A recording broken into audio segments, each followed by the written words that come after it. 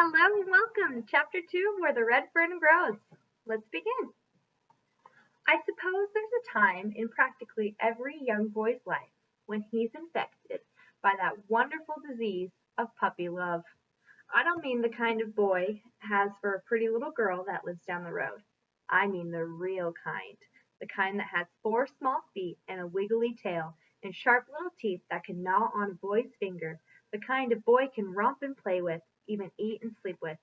I was 10 years old when I first became infected with this terrible disease. I'm sure no boy in the world had it worse than I did. It's not easy to be for a young boy to want a dog and not be able to have one.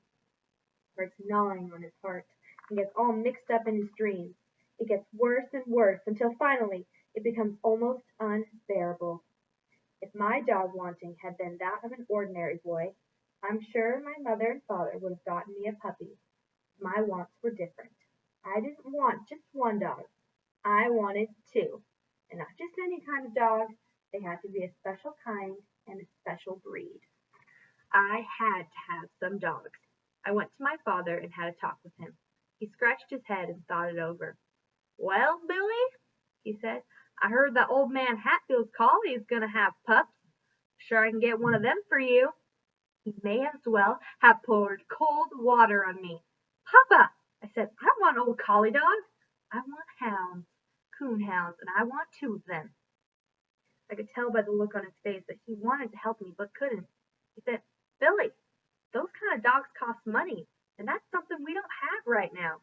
Maybe someday we can afford it and you can have them, but not right now. I didn't give up. After my talk with Papa, I went to Mama. I fared no better there. Right off she said I was too young to be hunting with hounds. Besides, a hunter needed a gun, and that was one thing I couldn't have. Not until I was 21 anyway. I couldn't understand it. There I was, sitting right in the middle of the finest hunting country in the world. I didn't even have a dog. Our home was in a beautiful valley far back in the rugged Ozarks.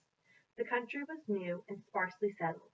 The land we lived on was Cherokee land, allotted to my mother because of the Cherokee blood that flowed in her veins. It lay in a strip from the foothills of the mountains to the banks of the Illinois River in northeastern Oklahoma. The land was rich, black, and fertile. Papa said it would grow hair on a crosscut saw. He was the first man to stick the cold steel point of a turning plow into the virgin soil. Mama had picked the spot for our log cabin. It nestled at the edge of the foothills in the mouth of a small canyon and was surrounded by a grove of huge red oaks. Behind our house one could see miles and miles of mighty Ozarks. In spring the aromatic scent of wildflowers, redbuds, pawpaws, and dogwoods drifting on the wind current spread over the valley and around our home. Below our fields, twisting and winding, ran the clear blue waters of the Illinois River. The banks were cool and shady. The rich bottom land near the river was studded with tall sycamores, birches, and box elders. To a 10-year-old country boy, it was the most beautiful place in the whole wide world, and I took advantage of it all. I roamed the hills and the river bottoms. I knew every game trail in the thick cane brakes and every animal track that was pressed in the mud along the river banks. The ones that fascinated me the most were the baby-like tracks of a river coon. I'd lie for hours examining them. Before leaving, I'd take a switch and sweep them all away. These I called my trail looks. The next day I'd hurry back, and sure enough, 9 times out of 10, there in the clean swept ground, I would again find the tracks of a ringtail coon. I knew he had passed over the trail during the night. I could close my eyes and almost see him, humped up and waddling along, fishing under the banks with his delicate little paws for crawfish, frogs, and minnows. I was a hunter from the time I could walk. I caught lizards on the rail fences, rats in the corn crib, and frogs in the little creek that ran through the fields. I was young Daniel Boone. As the days passed, the dog-wanting disease grew worse. I began to see dogs in my sleep. I went back to my father and mother. It's the same old story. Good hounds cost money, and they just didn't have it. My dog wanting became so bad. I began to lose weight, and my food didn't taste good anymore. Mama noticed this, and she had a talk with Papa. "You're gonna have to do something," she said. "I never saw a boy grieve like that. Not right at all." "I know," said Papa, "and I feel just as badly as you do. But what can I do? You know we don't have that kind of money." "I don't care," said Mama. "You've got to do something. I can't stand to see him cry like that. Besides, he's getting to be a problem. I can't get my work done. He follows me all around, day long, begging for hounds." "I offered to get him a dog," said Papa, "but he doesn't want just any kind of dog. He wants hounds, and they cost money. Do you know what the Parker boys paid for those 2 hounds they bought?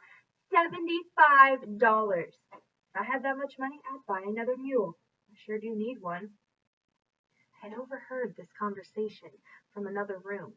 At first it made me feel pretty good. At least I was getting to be a problem. And I didn't feel so good. I knew my mother and father were poor and didn't have any money. I began to feel sorry for them and myself. After thinking it over, I figured out a way to help, even though it was a great sacrifice. I had told Papa I decided I didn't want 2 hounds. 1 would be enough. I saw the hurt in his eyes. It made me feel like someone was squeezing water out of my heart. Papa set me on his lap, and we had a good talk. He told me how hard times were, and that it looked like a man couldn't get a fair price for anything he raised. Some of the farmers had quit farming and were cutting railroad ties so they could feed their families. If things didn't get better, that's what he'd have to do. He said he'd give anything if he could get some good hounds for me. But there didn't seem to be any way he could right then. I went off to bed with my heart all torn up into little pieces and cried myself to sleep. The next day, Papa had to go to the store. Late that evening, I saw him coming back. As fast as I could, I ran to meet him, expecting a sack of candy. Instead, he handed me 3 small steel traps. If Santa Claus himself had come down out of the mountains, reindeer and all, I would not have been more pleased. I jumped up and down and cried a whole bucket full of tears. I hugged him and told him what a wonderful papa he was. He showed me how to set them by mashing the spring down with my foot, how to work the trigger. I took them to bed with me that night. The next morning I started trapping around the barn. The first thing I caught was Sammy, our house cat. This didn't cause a commotion. I didn't intend to catch him. I was trying to catch a rat, but somehow he came nosing along and got caught in my trap. My sister started bawling and yelling for Mama. She came running, wanted to know what in the world was going on. None of us had to tell her. Sammy told her, with his spitting and squalling. He was mad. He couldn't understand what that thing was that was biting his foot, and he was making an awful fuss about it. His tail was as big as a wet corncob, and every hair on his small body was sticking straight up. He spit and yowled and dared anyone to get close to him. My sisters yelled their fool heads off all the time, saying, "Poor Sammy! Poor Sammy!" Mama shushed them up and told me to go get the forked stick from under the clothesline. I ran and got it. Mama was the best helper a boy ever had. She put the forked end over Sammy's neck and pinned him to the ground. It was bad enough for the trap to be biting his foot, but to have his neck pinned down that way was too much. He threw a fit. Never heard such a racket in my life. It wasn't long until everything on the place was all spooked up. The chickens started cackling and flew way up on the hillside. Daisy, our milk cow, all but tore the barn lot up and refused to give any milk that night. Sloppy Ann, our hog, started running in circles, squealing and grunting. Sammy wiggled and twisted. He yowled and spit, but didn't do him any good. Mama was good and stout. She held him down tight. I ran in and put my foot on the trap spring, mashed it down, released his foot. With one loud squeal, he scooted under the barn. After it was all over, Mama said, "I don't think you'll have any more trouble with that cat. I think he's learned his lesson." How wrong Mama was. Sammy was one of those nosy kinds of cats. He would lie up on the red oak limbs and watch every move I made. Found some slick little trails out in the garden down under some tall hollyhocks. Thinking they were game trails, I set my traps. Sammy couldn't understand what I was doing out there, messing around his hunting territory. He went to investigate. It wasn't long until I had him limping with all 4 feet Every time Papa saw Sammy lying around the warm sun with his feet wrapped in turpentine rags, he would laugh until big tears would roll down his cheeks. Mama had another talk with Papa. She said he was going to have to say something to me because if I caught that cat one more time, it would drive her out of her mind. Papa told me to be a little more careful where I set my traps. Papa, I said, I don't want to catch Sammy, but he's the craziest cat I ever saw. He sees everything I do and just has to go sniffing around. Papa looked over at Sammy. He was lying all sprawled out in the sun with his four paws bandaged and sticking straight up. His long tail was swishing this way and that way. See, Papa, I said, he's watching me right now, just waiting for me to set my traps. Papa walked off towards the barn.